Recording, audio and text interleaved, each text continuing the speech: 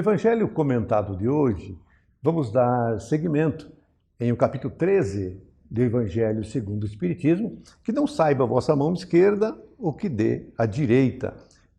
Hoje, juntamente com Daniel, nós vamos tratar de convidar os pobres e os estropiados.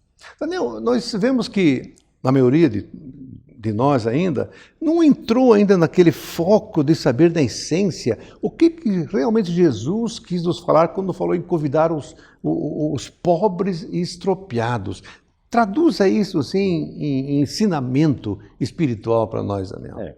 Não temos aqui a pretensão de fazer a exegese, a análise dessa questão. Mas em palavras simples.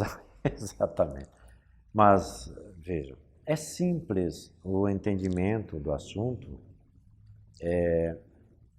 na medida em que nós nos reunimos junto à necessidade, porque os pobres, os estropiados, os necessitados, os indigentes, que somos todos nós, porque não há no planeta Terra quem não seja portador de algum tipo de indigência, né? Por isso que a gente precisa entender não necessariamente aquela situação pontual, mas no sentido de que nós nos incluamos no conjunto dos necessitados. Então, convidar os pobres e os estropiados, os indigentes, os necessitados, é no sentido de nos nivelarmos a essas criaturas, né? Porque às vezes nós estabelecemos degraus intransponíveis para certas criaturas que estão num patamar social inatingível àquele que nós presentemente estamos. Quando Jesus diz assim, convida as criaturas necessitadas, é para que nós não nos afastemos da necessidade. Porque são eles a via, a contramão da nossa necessidade. Então Jesus quer estabelecer o seguinte, que nós não deixemos de dar as mãos aos nossos irmãos, porque nós também precisamos de outros que nos estendam a mão. Porque pode acontecer que o orgulho e a soberba nos afastem dessas criaturas, mas que amanhã, poderemos estar na mesma condição de necessitado. Ele não está falando para que a gente abra a nossa porta, a porta do nosso lar, para os mendigos, para os indigentes, para os necessitados. Hoje nem é possível se fazer esse tipo de coisa, por prudência, né? Mas ele está dizendo que nós não nos desconectemos com o necessitado, porque é ele o elemento que irá fazer com que nós possamos atendê-lo na sua necessidade. Já dissemos aqui, repetimos, porque é do contexto dessa passagem evangélica. O que seria de nós se não tivesse o nosso irmão em necessidade? Como é que a gente ia se dar conta? Como é que a gente ia exercitar aquilo que nós precisamos exercitar? Então, o nosso irmão que vem na via contrária a nós, que é o necessitado, é exatamente o nosso caminho de redenção. Muitas vezes nós nos perturbamos com aquele que vem ao nosso encontro. É bom reavaliarmos essa questão. A questão agora, Daniel, quem é o necessitado? Quem não é, Valdecir? Quem não é necessitado no planeta Terra? Qual é o rei, qual é o potentado no planeta Terra que diga que não precisa de ninguém? Quem é a criatura que não precisa de ninguém? Ah, eu tenho dinheiro, compro tudo. Como assim? Compra o quê? O que os outros fizeram? A medicação para a enfermidade? o leito de linho, os bens, o alimento, ninguém é autossuficiente. Então, quem não é necessitado no planeta? Temos degraus de necessidades aí, né? Mas quem não Todos somos, é né? necessitado? Às vezes nós nos esquecemos da professora ou do preceptor singelo, humilde, que nos iniciou no campo do conhecimento. Quem Nós lembra? aprendemos tudo sozinho.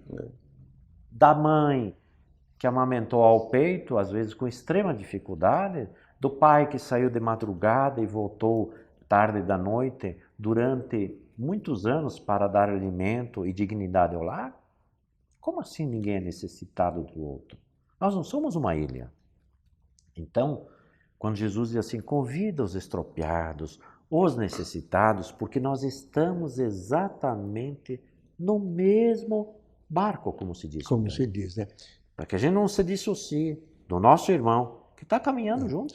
Quando você colocou que hoje está difícil de abrirmos as portas de nosso lar, né? Sim. Do nosso, onde nós nos abrigamos para atender as pessoas, mas não é necessário abrir as portas Claro da nossa que não, casa. claro O que sim. precisamos é conhecer Jesus, dos seus ensinamentos, para abrirmos o coração, abrirmos nossa alma para o outro que está caminhando conosco, né? Porque às vezes há uma ideia que ela tem o seu princípio lógico, válido, que é exatamente a ideia de nós atendermos o necessitado materialmente. A sopa, o pão, o alimento, tudo isso tem seu valor. Tem instituições notáveis que empregam seus esforços para minorar a necessidade de ordem material.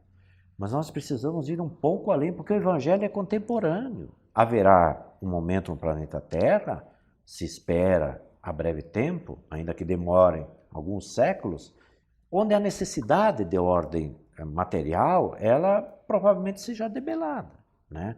Mas nós nos mantemos ainda necessitados de outras questões que não nos desvinculam dos nossos irmãos, né?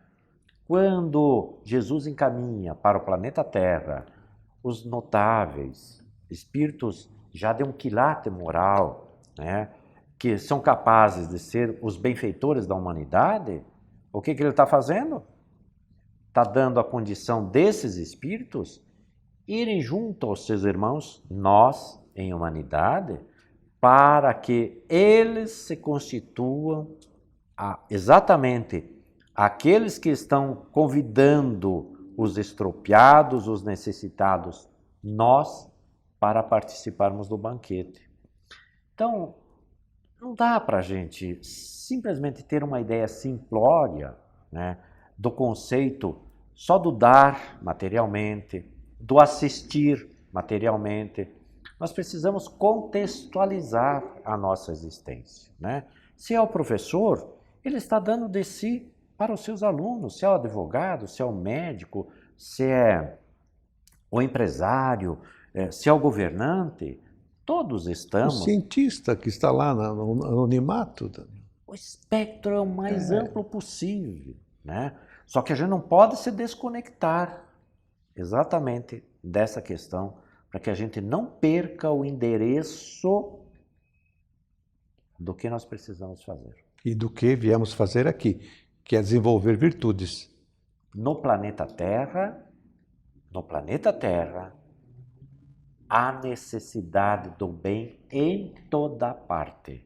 E em todos os Do graus. palácio à mansarda. Todo lugar necessita do bem. E nós sabemos também, né, Daniel, de que a maior caridade que nós podemos fazer para com o outro, e o outro é aquele que caminha conosco nessa mesma estrada, nesse mesmo planeta, buscando a mesma coisa que buscamos, que é sermos felizes, a maior caridade que podemos oferecer ainda, Daniel, que é uma coisa que falta muito em nós, é o respeito pelo outro, respeito por aquele, como dissemos, caminha conosco nessa mesma estrada. Que possamos, através dos ensinos de Jesus, elevar os nossos sentimentos e sentir de que nós precisamos respeitar aqueles que estão caminhando conosco. E assim, temos certeza que amanhã também seremos respeitados no nosso ir e vir e no nosso pensar e sentir. O Espiritismo, em palavras simples, volta já já.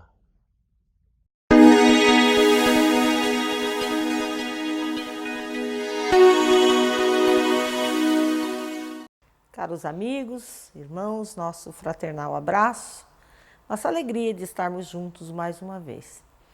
Neste quadro em que nós falamos de consolações, chamado O Consolador, nós buscamos sempre enfatizar a pedagogia de Jesus em nossas vidas, porque Ele é a encarnação, digamos assim, das virtudes que um homem pode desejar conquistar.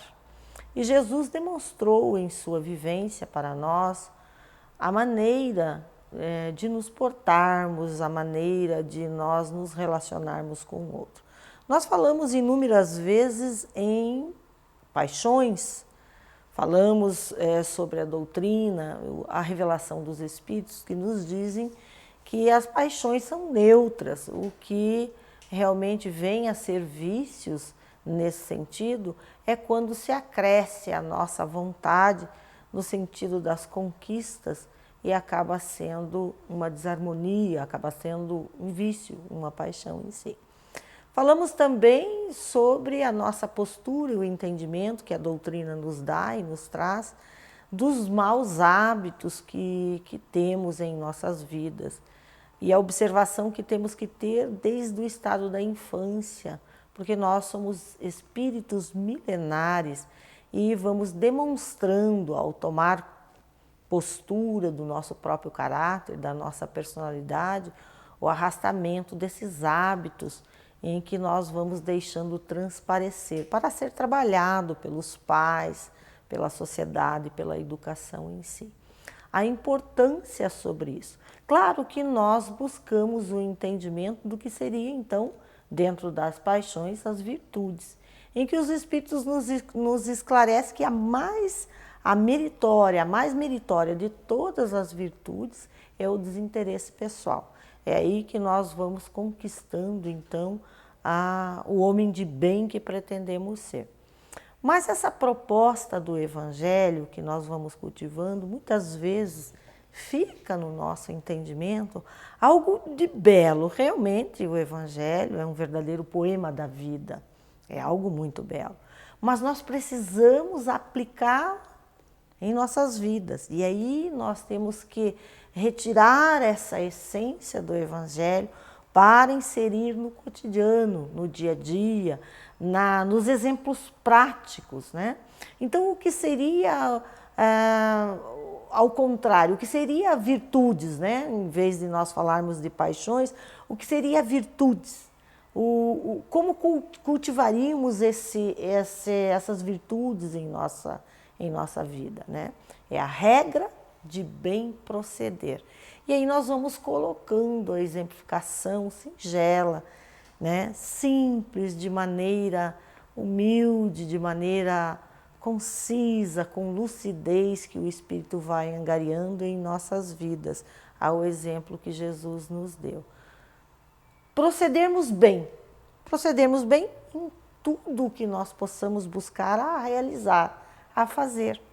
Se nós estudamos, por exemplo, nós cultivamos o nosso intelecto, nós nos instruímos, nós temos que fazê-lo com o intuito de eu vou me melhorar, eu vou progredir dentro do conhecimento para ter discernimento das coisas, para ter conhecimento de regra geral do mundo, das ciências, mas não basta só isso, né?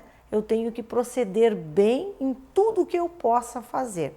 Se eu me alimento, por exemplo, um simples ato corriqueiro do dia a dia, para angariar a disciplina da virtude, eu tenho que ficar no equilíbrio.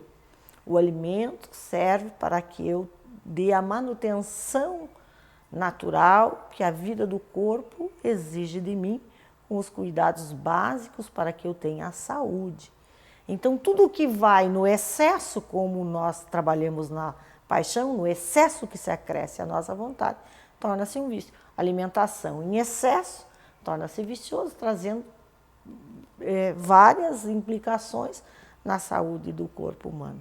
Se eu vou realizar um trabalho, se eu eu recebo, né, o meu salário para realizar um trabalho, independente do pagamento dessa realização, eu devo procurar realizá-lo de forma melhor, procurar o bem que eu posso fazer dentro de qualquer realização, a fim de que eu cultive as virtudes em minha vida. Então a gente vai trazendo o Evangelho do Cristo para ir compreendendo no nosso dia a dia o que é que nós podemos fazer nesse sentido da realização humana para bem proceder. A maneira que eu, por exemplo, escuto o outro, a maneira que eu dispenso o meu tempo, o meu entendimento, a minha compaixão, muitas vezes, a maneira que eu me calo para proporcionar ao outro que ele expresse os seus sentimentos,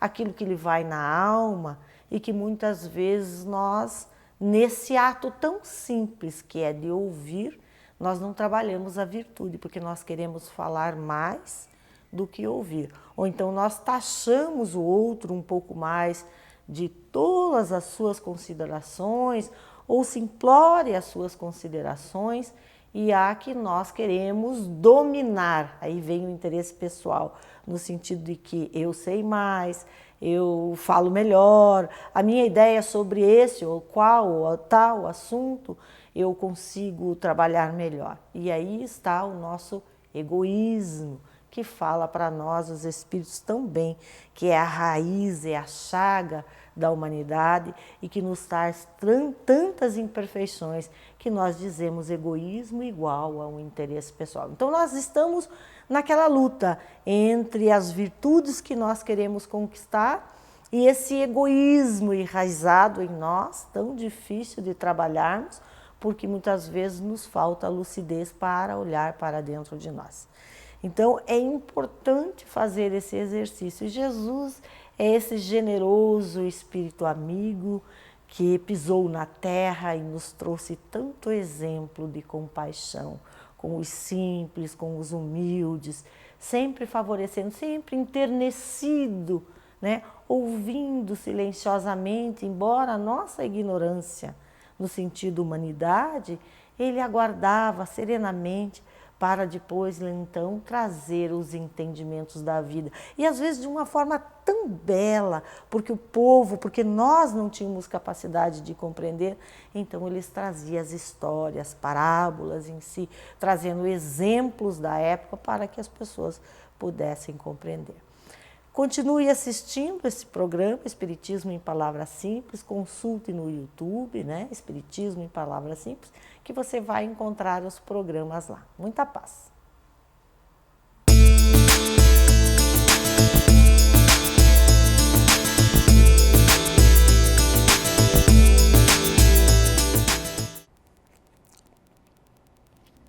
Prezado amigo telespectador, neste quadro no entorno da mediunidade, hoje quero comentar sobre comunicação mediúnica. O que é a comunicação mediúnica?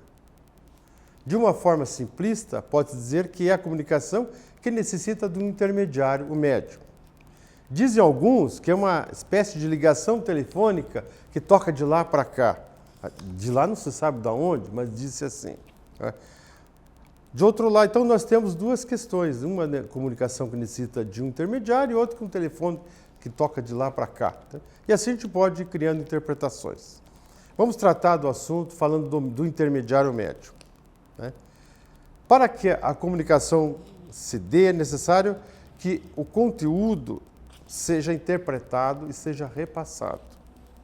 Então depende de quanto o médium ou o intermediário é capaz de entender o que recebe e quanto ele é capaz de transmitir o conteúdo com boa fidelidade. Por exemplo, eu posso estar ouvindo o sinal do intelecto.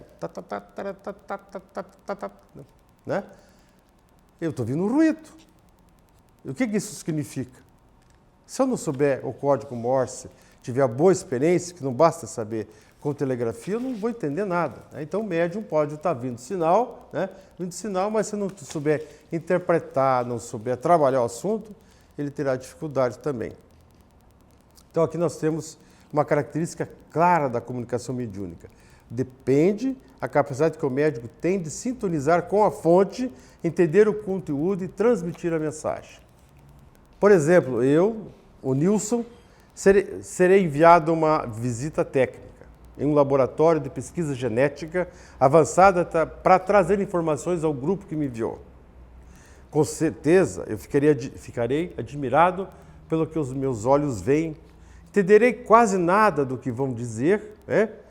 E não terei nenhuma condição de repassar aquilo que me for falado, a não ser generalidades que for capaz de interpretar ou de perceber. Por que eu não sou capaz? Porque a minha formação foi na área técnica. A minha educação na área de ciências biológicas foi quase nula. Eu estudei o científico naquele tempo que ele era especializado.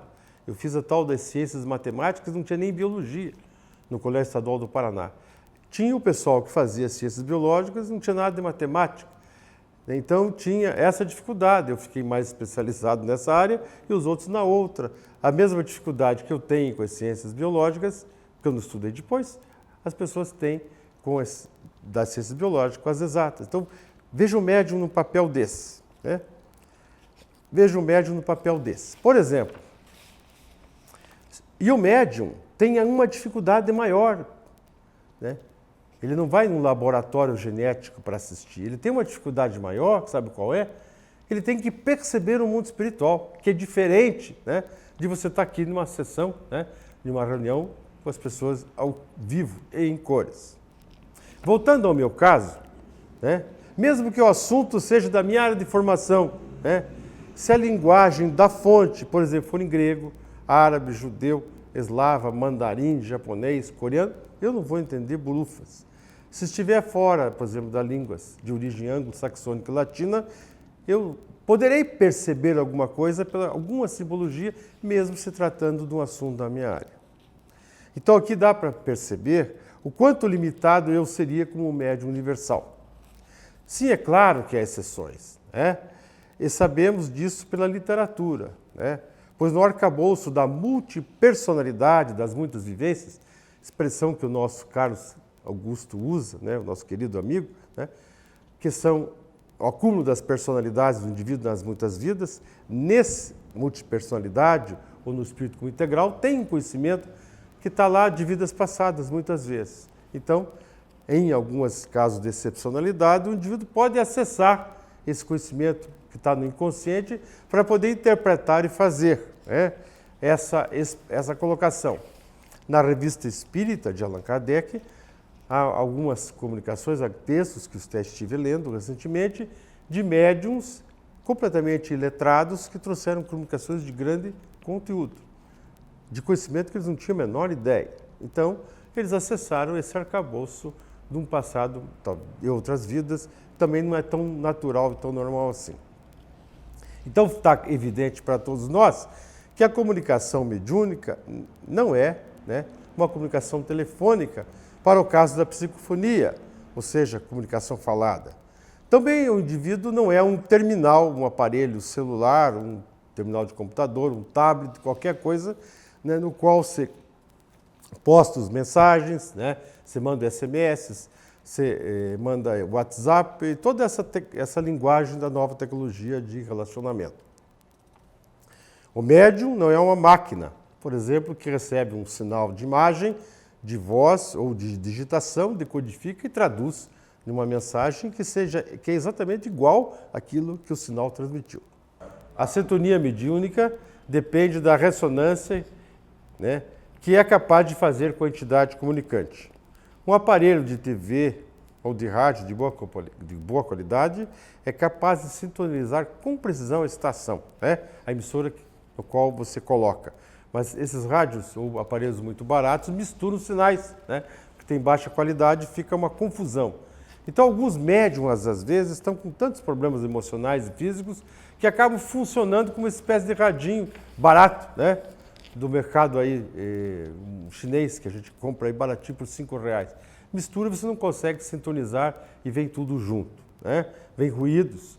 Ruídos que podem ser da mente do indivíduo, de formas de pensamento, ou de entidades que, por seu campo de sintonia, né, passam, né, interferem, né, na clareza, atrapalhando a clareza daquilo que o médium está por sintonizar, a buscar entender e assim por diante.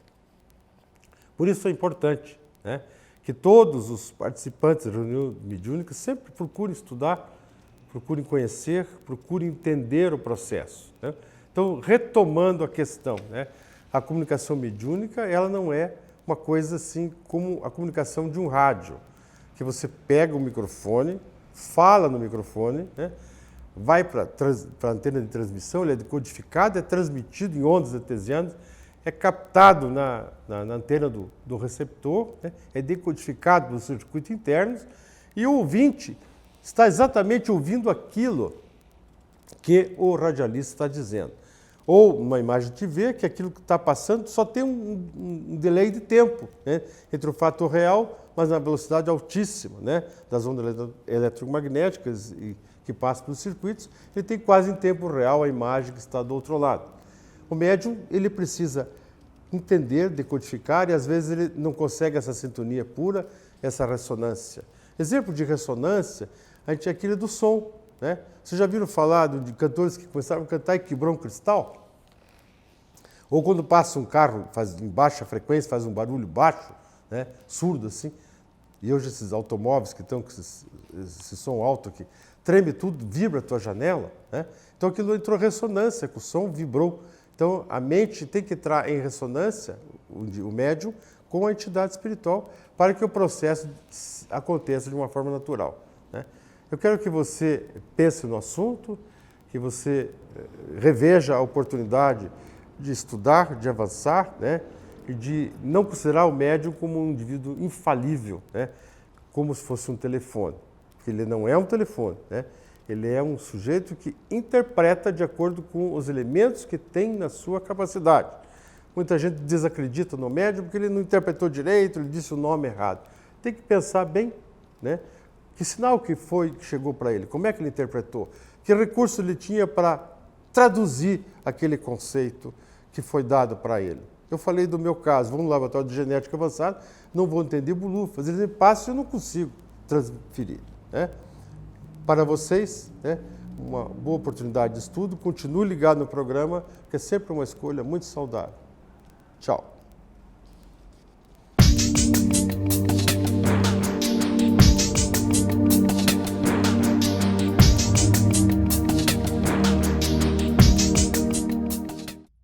Olá, amigos. Este é o quadro A Vida em Pauta. Temos procurado trazer em nosso quadro, nos programas Espiritismo em Palavras Simples, diversas questões para a gente refletir sobre as nossas vidas, a fim de que possamos melhorar o nosso viver, o nosso caminhar, o nosso andar pela vida, para que a vida fique mais leve, mais suave, que possamos usufruir um pouquinho mais das belezas que o mundo apresenta, das oportunidades que a vida apresenta, mas muitas vezes nós perdemos estas oportunidades porque começamos a buscar responsáveis por aquilo que vivemos. E nós somos os responsáveis. Nós edificamos a nossa vida. E a edificação começa pela consciência de que somos imortais. Tenho dito em alguns programas, em algumas palestras, que o alicerce que deve sustentar o edifício das nossas vidas, do futuro que queremos para ela, daquilo que estamos construindo, se chama imortalidade. A imortalidade é o alicerce. Inclusive, antecipo aos nossos ouvintes, os nossos telespectadores, que será o tema da próxima conferência em 2016, Estadual Espírita do Paraná, Construindo a Consciência da Imortalidade. Teremos diversos expositores tratando desse tema. A conferência será dia 4, 5 e 6 de março de 2016 no Expotrade em Pinhais. Fique atento às divulgações da Federação Espírita do Paraná. Então, em cima dessa imortalidade, desta consciência da imortalidade, deste alicerce, devemos construir o nosso futuro. Os recursos o Pai nos oferece, através de diversos emissários que ele nos manda, especialmente através de Jesus. Mas ao invés de aproveitar os recursos, aproveitar as lições que a vida se nos apresenta para o nosso desenvolvimento, para o nosso progresso, nós achamos que Deus está nos punindo, nos castigando. Deus não pune e não castiga. Ou então ficamos reclamando da vida, falamos um pouco sobre isso no nosso programa anterior. Ficamos reclamando da vida, do mundo, das pessoas, que tudo está ruim, que tudo não vai bem. Mas se alguma coisa não vai bem, a responsabilidade é de quem? Do mundo? E muitas vezes achamos que o responsável é Deus e culpamos Deus. Falamos sobre isso no nosso programa anterior. Buscamos culpados. Quem é o responsável? Se somos cristãos, não podemos ter a dúvida de quem é o responsável. A cada um segundo suas obras, diz Jesus. Outros de outras religiões podem até ter uma dúvida, mas aqueles que adotam Jesus e seu evangelho como referência não pode ter dúvida de quem é o responsável por tudo aquilo que vivemos. A cada um segundo as suas obras. Então, se queremos dias melhores, temos que construí-los. Os recursos estão disponíveis. Temos que aproximar Deus e Jesus de nossas vidas. Mas nós nos afastamos, então precisamos mudar o nosso foco, aproximar Deus e Jesus de nossas vidas para mudar as nossas vidas. Aproximá-los de nossas vidas é dar ouvidos à nossa consciência, é dar ouvidos às lições e praticar as lições que Jesus nos apresenta. Enfim, mudarmos o nosso comportamento, buscarmos um comportamento mais focado nas questões que Jesus nos traz. O mundo, portanto, está em nossas mãos. O nosso futuro está em nossas mãos. Não está na mão de ninguém, na mão de terceiros. O futuro está em nossas mãos. Nós somos os autores, os edificadores do nosso futuro. E se queremos um futuro de felicidade, precisamos mudar as nossas ações. Se não estamos bem, se estamos angustiados, atormentados, até depressivos, é porque está faltando Jesus em nossas vidas. Está faltando Deus próximo de nós. Precisamos aproximá-los através do convite, através da mudança de nossos comportamentos e principalmente buscando nos aproximar dos ensinamentos que Deus nos enviou através de muitos, especialmente através de Jesus. Então, quando você se pergunta qual o motivo a minha vida está conturbada, perturbada, pare para pensar o quanto você tem pensado em Deus, o quanto você tem orado, o quanto você tem vigiado os seus atos, o quanto você tem estudado e colocado em prática o Evangelho de Jesus. Temos inúmeras lições trazidas pelos emissários de Deus para nos orientar. Mas escolhemos muitas vezes nos afastar de Deus. Muitas vezes colocar a culpa dos nossos problemas, das nossas mazelas, em Deus. Esquecemos que os únicos responsáveis somos nós mesmos, por aquilo que nos acontece, pela própria fala de Jesus que já citamos. Então, as lições e orientações estão disponíveis, estão ao nosso dispor desde os primórdios da humanidade. Deus nos mandou emissários para nos auxiliar. Se você parar para pensar um pouquinho, Deus nos mandou Moisés, que nos traz lá para a infância espiritual da humanidade. Ele nos trouxe o que não fazer. 1.300 anos depois, aproximadamente, Deus nos mandou as lições definitivas com Jesus. Jesus nos traz o que devemos fazer. Então, com Moisés, o que não fazer, e com Jesus, o que fazer. Temos lições para a eternidade no Evangelho de Jesus. E reclamamos que a vida não está boa, que as coisas não estão bem. Por quê? Porque escolhemos não colocar o Evangelho em nossas vidas. Até estudamos, às vezes, até conhecemos as passagens de Jesus, mas ficamos na teoria. Temos que sair da teoria para a prática, colocar em prática este Evangelho. Então, Jesus nos traz o que fazer. Então, se a gente quer melhorar a vida e pergunta como fazer, está lá no Evangelho. Aprofunde as lições de Jesus, estude as lições de Jesus, viva as lições de Jesus, saia da teoria e passe para a prática, e você estará aproveitando as lições que ele trouxe e mudando a sua vida. O problema é que nós escolhemos muitas vezes outros caminhos, mesmo às vezes sendo até cristãos, escolhemos outros caminhos, não colocamos em prática as lições que Jesus nos traz. E ele sabia que perderíamos um pouquinho do seu evangelho, ou um pouco, ou muito do seu evangelho pelo caminho, prometeu um outro consolador. E a 18 de abril de 1857, portanto, há 158 anos, um pouco mais, nós temos a terceira grande revelação com a publicação por Allan Kardec de O Livro dos Espíritos nesta data citada. Portanto, a terceira grande revelação vem nos trazer consolo, conforme prometeu Jesus, vem relembrar o seu evangelho, como estava na promessa, e esclarecer muitas outras coisas, como também estava contido na promessa. O Consolador prometido por Jesus, a doutrina dos Espíritos, vem complementar a obra, vem trazer os recursos que estão faltando, que de repente estavam faltando para aprofundarmos, porque entramos na era da razão, e a era da razão precisamos responder porquês. Então, a doutrina dos Espíritos nos traz como fazer e por que fazer. Século XIX, era dos grandes pensadores, um pouquinho antes, ao início dos grandes pensadores da humanidade, trazendo o questionamento, a busca, o crescimento pelo questionamento mais profundo sobre a vida, de onde vemos, para onde vamos. Então, a doutrina dos Espíritos veio no momento apropriado, como não poderia ser diferente por uma obra divina, nos trazer os porquês. Então, temos com Moisés o que não fazer, com Jesus o que fazer, com a doutrina dos Espíritos, como fazer e por que fazer. O que nos falta? A palavrinha que está em todas. Fazer. Não fazer, o que não fazer, como fazer, o que fazer, como fazer e por que fazer. O que está faltando é fazer. Informações, conhecimento, entendimento, nós já temos. Estão disponíveis aí há muito tempo, gradativamente, de acordo com como ocorre naturalmente com o processo de construção do conhecimento e da evolução humana. Vamos construindo gradativamente. Mas hoje temos tudo o que precisamos. Toda a teoria está disponível. Toda a teoria que precisamos está disponível nessas três grandes revelações, cumprindo este papel. O que não fazer, o que fazer, como fazer e por que fazer. O que nos falta é sair da teoria para a prática, colocar estas lições e estes ensinamentos em nossas vidas. As lições para a prática do bem, para o exercício do homem divino, do ser divino, daquele que tem dentro de si a semente divina, a genética divina. Deixai brilhar a vossa luz. É esta centelha divina que está em nós que devemos acender. O combustível necessário para acender esta centelha e fazer dela um incêndio, no bom sentido, um incêndio para o bem, Deus nos abasteceu com os seres que Ele mandou para nos trazer as lições necessárias, especialmente com Jesus. Portanto, a teoria está toda disponível.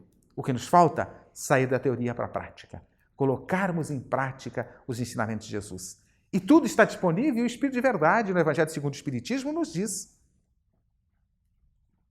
que Deus dirige aos vossos corações, através do Espiritismo, um supremo apelo. Escutai-o.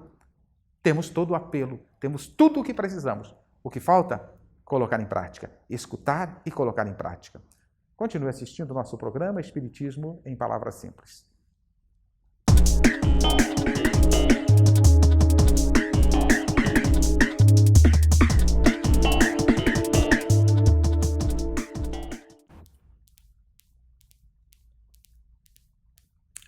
Olá, esse é o quadro Espírito Jovem. Nós abordamos sempre reflexões a respeito dos nossos hábitos, nossas atitudes, nossos comportamentos, entendendo que a soma dos nossos hábitos, atitudes, comportamentos, conhecimentos é o que nós entendemos por educação no conceito de Allan Kardec. O amigo pode imaginar a quantidade de dúvidas que a ciência tem em relação a uma série de eventos e fatos que acontecem no nosso dia a dia. Em diversas situações, deparamos com ocorrências, com histórias, que a ciência, no seu bloqueio atual, ou seja, até onde ela tem como verdade já esclarecida e aceita, não consegue explicar. Ainda há poucos dias, saiu a seguinte notícia que eu peço licença aos amigos para dar uma pequena lida aqui.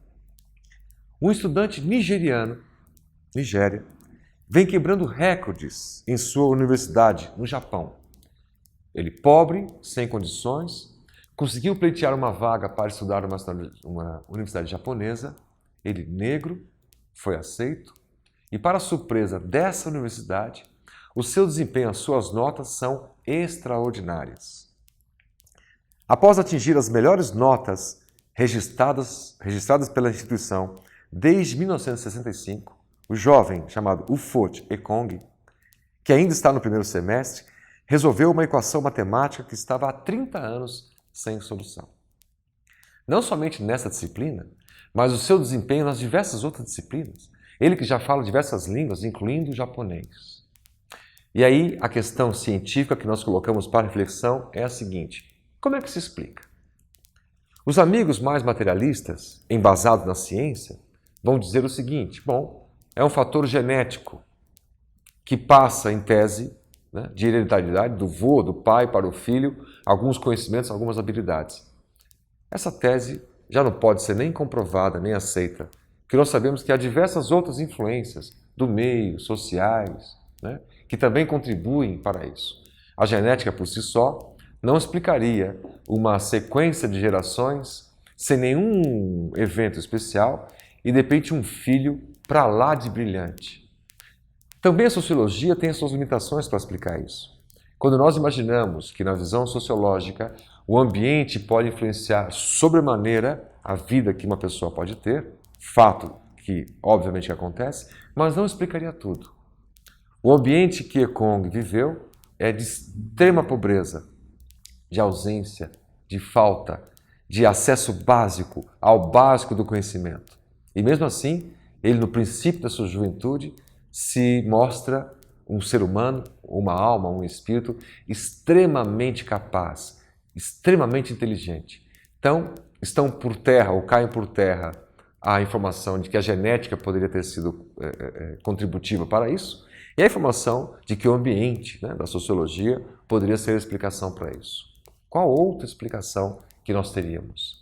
Aí que entra a corrente das filosofias muito mais orientais do que ocidentais, mas diversos outros pensadores ocidentais que aceitam e acreditam na possibilidade da reencarnação. Lembrando que essa palavra reencarnação foi cunhada por Allan Kardec, mas a lógica em si não foi criada por ele nem pelos espíritas. Acreditar de que a alma pode voltar a habitar um corpo depois da morte é conhecido desde a nossa história, da história conhecida. Os gregos antigos podiam chamar isso de palingenesia, a transmigração dos seres. Os orientais podem chamar isso de samsara, o ciclo das vidas, o ciclo das reencarnações. E nós entendemos isso sob um ponto de vista filosófico que é de extrema importância. Faz toda a diferença acreditar e entender a reencarnação. Toda a diferença. Uma mãe que tem 2 filhos, criados em idade muito próximas, mesmo pai, mesmo ambiente, mesma genética, mesma escola, e os 2 são absolutamente diferentes entre si em termos de personalidade. Se a genética não explicaria, se os fatores ambientais não explicam, o que é que pode explicar isso? O que é que pode explicar essa diferença, se não esses 2 seres já sendo espíritos milenares que estão tendo nova oportunidade de reencarnação, renascendo num lar de espíritos que são certamente afim, porque é uma lei da física a afinidade. Não só os opostos se atraem ou se combinam, mas aqueles que têm o mesmo padrão vibratório, mesmo padrão de pensamentos, se atraem pela afinidade. É a chamada simpatia natural que temos por alguns amigos, por familiares. Se entendemos desse ponto de vista, nesse mesmo exemplo, que um dos 2 filhos dessa mesma mãe nasce com problemas físicos graves e o outro irmãozinho é plenamente são. Do ponto de vista religioso, como fica entender um Deus justo se ambas as crianças, os bebês, nascerem em iguais condições? Se pai e a mãe são os mesmos, só que uma criança tem uma série de limitações físicas e a outra é plena e sadia. E, crendo em Deus, como entender um Deus e a sua justiça plena neste exemplo? Numa visão mais ampliada, a da reencarnação, nós entendemos que esses espíritos vêm lutando há muitas gerações, vêm aprendendo através das vidas sucessivas, né? Através dos fracassos, dos acertos, das provas, das dificuldades, das alegrias, dos sofrimentos, vêm se moldando os seus caracteres, moldando sua inteligência. E conforme a assertiva espírita, lá na questão 780 de O Livro dos Espíritos, conforme nós vamos evoluindo nossa inteligência, nós vamos tendo mais capacidade para discernir entre o certo e o errado, entre o bem e o mal. E quando nós compreendemos, usando inteligência, que a sociedade precisa de amor, não só o amor platônico, aquele amor filosófico, mas o amor traduzido no dia a dia. Amor querendo dizer que você, ao descer no teu prédio, no condomínio, você cumprimenta o seu porteiro, você cumprimenta, sabe o nome dele, se interessa por ele, pela história dele. A moça que trabalha no prédio, né, lá da limpeza, não é somente uma moça ou uma senhora, ela tem um nome, ela tem uma vida, e você, em nome do amor, se interessa por ela, respeita as suas diferenças. E assim, esse respeito no trânsito, no dia a dia, na convivência, nas filas de banco, né? Essa tua atitude, esse teu hábito demonstrará o grau de adiantamento moral que você se encontra, ou seja, o uso que você faz da tua inteligência. E só a reencarnação que dá essa possibilidade, porque numa vida apenas é impossível nós termos todo o conjunto de aprendizados, ainda mais esses aprendizados psicológicos, comportamentais. Como eu devo me portar em tal situação? Como eu controlo ou domo minhas inclinações nessa ou naquela viciação? Imagina que numa vida só, aqueles que tiveram a ocorrência de desencarnar antes ou muito cedo e nem a oportunidade de aprender muitas coisas tiveram. Então não entendemos, acreditando em Deus, que haja justiça sem a reencarnação. E mesmo se nós não considerarmos Deus nesta tese filosófica, fica impossível acreditar em uma série de histórias, como essa desse jovem nigeriano brilhante, se a genética não explica, se a ciência não explica, se a sociologia não explica, fica a explicação perfeita quando entendemos a reencarnação. Está em o Evangelho segundo o Espiritismo, na assertiva de A Lei de Amor. É maravilhosa a passagem do Espírito quando diz, baseado no amor, que o amor é essa mola propulsora, é o combustível do ser humano para o seu crescimento. Mas, alerta o Espírito, uma outra palavra deve ser considerada para nós, a nossa sociedade, nas nossas reflexões sobre o mundo perfeito e justo e sobre a evolução do nosso sistema de vida. A palavra é exatamente a reencarnação. Então, nosso amigo jovem que nos ouve e nos assiste nesse momento, nosso amigo de qualquer idade que nos ouve e nos assiste neste momento, tenha plena certeza, uma fé raciocinada, filosófica, esse sentimento de religiosidade, amparados por incríveis universidades mundo afora, que têm colocado a reencarnação já como uma hipótese explicativa. Nós não nascemos somente nesta vida e não teremos somente esta oportunidade de viver. Tivemos muitas outras atrás. Fizemos muitas coisas. Temos contas a acertar com pessoas a quem eventualmente fizemos mal. E temos outras tantas a amar e aprender a amar as pessoas que nos rodeiam. Portanto, teremos novas oportunidades. Mas mais importante que isso é enxergarmos a oportunidade que nós estamos tendo agora. Embora limitações e dificuldades que possamos ter, podemos fazer muito, podemos brilhar. Sede perfeitos, como perfeito é o vosso Pai Celestial, na assertiva do nosso modelo e guia, Jesus Cristo.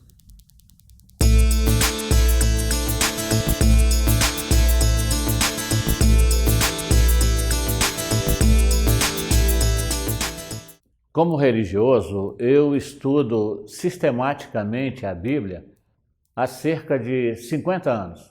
Obviamente, além da literatura religiosa da minha crença. E uma das coisas que mais me impressionam é exatamente o fato de religiosos de outras crenças, de outras religiões, negarem o karma. Essa terceira lei de Newton, o grande físico inglês, o Isaac Newton, quando ele diz que para toda ação existe uma reação em sentido contrário na mesma intensidade. Essa lei se aplica também às questões espirituais. A lei de ação e reação, que uns chamam de lei de retorno, outros chamam de causa e efeito, não importa. Mas o importante é entender que o karma está explicitamente mostrado em todo o texto bíblico. Não há como negar. Porque se nós negarmos a lei do karma, nós vamos negar a reencarnação. E a reencarnação também está patentemente mostrada em todos os textos bíblicos, no Antigo e no Novo Testamento, porque só assim é que a gente consegue compreender a justeza, a perfeição, a grandeza da justiça divina. Do contrário, meus queridos irmãos e irmãs, como é que nós vamos entender os aparentes disparates que existem em nossa sociedade? Como justificar numa única vida, claro, sem aceitar a reencarnação, vamos ser adeptos da unicidade das existências, ou seja, vive-se uma vez só. E aí fica então a questão, como explicar a presença de pobres e ricos entre nós, de pessoas sadias, outras doentes, de idiotas e gênios, de atletas e aleijados, de santos e criminosos, que já nascem com essas tendências, com esses problemas, com esses defeitos, com essas virtudes. Se nós pararmos para analisar mais detidamente, sem preconceito religioso, nós vamos ver que a bondade de Deus nos gratificou com essas verdades já há muito tempo. Não só na Bíblia, mas na Antiguidade, os hindus, através dos Vedas, há cerca de 4.000 anos, já falavam na reencarnação, na justiça de Deus, na necessidade da existência do karma, para que a gente possa entender então como matematicamente se aplica essa justiça, que é a justiça de perfeição. Porque se Deus é perfeito, ele tem que ter uma justiça perfeita, não pode ser diferente. Nós vamos encontrar não só no hinduísmo, mas no zoroatrismo também, no budismo, a lei do karma, que vem da expressão em sânscrito, que quer dizer movimento. Todo movimento gera como ação uma reação. E nós poderíamos aqui deixar muito claro que está, como dissemos, repetindo, patente em toda a Bíblia. Para os religiosos do mundo ocidental, que se sustentam muito nos textos antigos, nós temos exemplos gritantes dessa realidade que eles se negam a aceitar. Nós não vemos razão para deixar de aceitar verdades tão incontestas, verdades tão palpáveis.